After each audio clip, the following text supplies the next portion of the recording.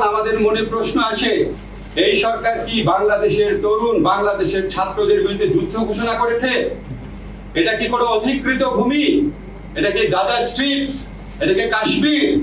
এই দেশে যে পুলিশের ইউনিফর্ম পরা লোক দেখি, এটা কি ভিনদেশি বাহিনী? আমি একটু লিগাল ইস্যুতে কথা বলি। আজকে আপনারা দেখেছেন ডাকসুর একজন নির্বাচিত প্রতিনিধি ভুয়া ভোটে নির্বাচিত না, ডাকসুতে ঢাকা বিশ্ববিদ্যালয়ের ছাত্রদের ভোটে নির্বাচিত সভাপতি সাবেক সভাপতি নুরুল হক নূরকে কিভাবে টর্চার করা হয়েছে রিমান্ডে এই ধরনের টর্চার বাংলাদেশের সংবিধানের আর্টিকেল 35-এর সুস্পষ্ট লঙ্ঘন। রিমান্ডে নুরুল হক নাহিদকে যে অত্যাচার করা হয়েছে, তার সারা গায়ে আমরা যে আঘাতের চিহ্ন দেখেছি, এগুলি সংবিধানের সুস্পষ্ট লঙ্ঘন। আজকে রিমান্ডে নূরকে এইভাবে মারার পর আবার রিমান্ড দেয় আদালত। এটা কোন আদালত? স্যান্ডেলিনা সো, রূপচর্চায় আভিজাত্য। আমি আইনের শিক্ষক, এটা কোন আদালত? সুপ্রিম কোর্টের কাছে আমার আহ্বান, প্রধান বিচারপতি আপনার কাছে আমার আহ্বান, এই যে সুপ্রিম কোর্টের নির্দেশনা রয়েছে রিমান্ডের ক্ষেত্রে, এই নির্দেশনা লঙ্ঘন করে নিম্ন আদালত কিভাবে আবার তাদেরকে রিমান্ডের আদেশ দিচ্ছে? আপনি তাদের বিরুদ্ধে ব্যবস্থা নেন। সুপ্রিম কোর্টের নির্দেশনা অমান্য করছে। যেই বিরোধী দলের ভিন্ন মতের যে মানুষই যায় তাকে রিমান্ডে দিয়ে দেয়।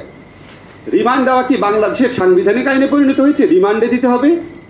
নিম্ন আদালত কেন কাজ করতে পারছে না?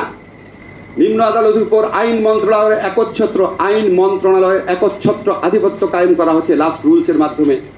আমি উচ্চ আদালতের কাছে প্রার্থনা করব, আপনারা স্বতঃপ্রণোদিতভাবে অনেক ব্যবস্থা নিতে পারেন।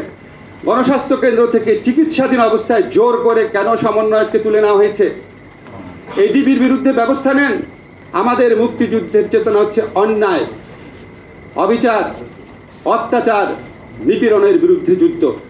আজকে কোটা সংস্কার আন্দোলন না, এই আন্দোলনে বাংলাদেশের যত মানুষ আছে, যত ছাত্র তরুণ জনতা আছে, তারা হচ্ছে মুক্তিযুদ্ধের চেতনার প্রকৃত বাহক। যারা তাদের উপর গুলি চালাচ্ছে, যারা অপপ্রচার চাচ্ছে, নির্যাতন করছে, গণগ্রেফতার করছে, তারা হচ্ছে 2024 সনের রাজাকার, কারণ তারা গণমানুষের বিরুদ্ধে দাঁড়িয়েছে। শেষ কথা বলে করছি, আমাদের মুক্তিযুদ্ধের সময় আরেকটা ঐতিহাসিক ঘটনা ছিল।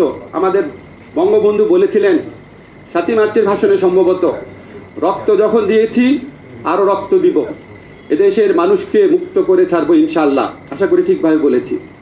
আর বর্তমান সরকারে বঙ্গবন্ধুর উত্তরসূরিরা, আপনাদের সরকারের কর্মকাণ্ড দেখে মনে হয় আপনাদের বুকের মধ্যে এই প্রত্যয় জন্ম নিয়েছে যে রক্ত যখন নিয়েছি আরও রক্ত নিব, বাংলাদেশের ভিন্ন মতকারীদের নিশ্চিহ্ন করে ছাড়বো ইনশাআল্লাহ।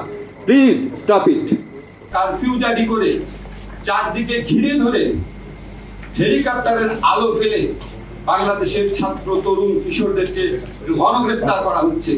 গায়ে দেখা হচ্ছে আঘাতের চিহ্ন আছে নাকি? আঘাতের চিহ্ন মানে হচ্ছে সে আন্দোলনে ছিল, তারপর গ্রেফতার করা হচ্ছে। আমি ঘুমাতে পারি না যখন আমি শহীদ মুগ্ধর গল্প পড়ি, যে এই ছেলেটা আন্দোলনে গিয়েছিল বিস্কিট আর পানি দেওয়ার জন্য, সবাইকে বলছিল পানি লাগবে কিনা, এরকম একটা ছেলেকে মাথায় গুলি করে হত্যা করা হয়েছে। আমি ঘুমাতে পারি না যখন দেখি একটা ছেলে, সে টিয়ার গ্যাস ঢুকছে বাসার মধ্যে, সেটা বন্ধ করতে গেছে 11 বছরের ছেলে, তাকে মাথায় গুলি করে হত্যা করা হয়েছে। 6 বছরের একটা মেয়ে রিয়া মারা গেছে।